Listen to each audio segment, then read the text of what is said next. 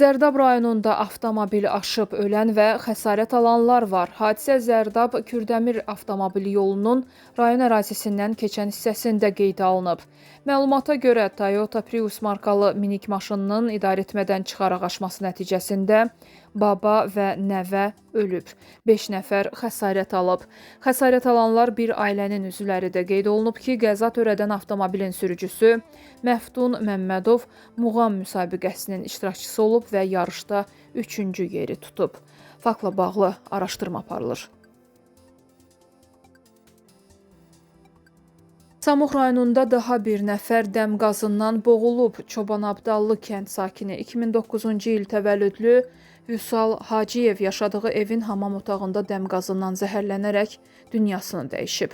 Hadisə yerinə polis və prokurorluq əməkdaşları cəlb edilib. Faktla bağlı araşdırma aparılır. Qeyd edək ki, bu günlərdə daha 2 nəfər Samux rayonunda dəm qazından vəfat edib.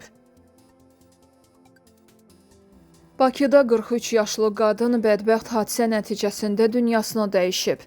Hadisə dekabrın 8-də Sabunçu rayonu Yeni Ramana qəsəbəsində baş verib.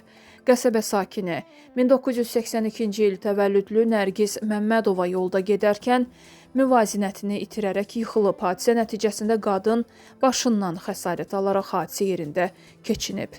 Faktla bağlı araşdırma aparılır.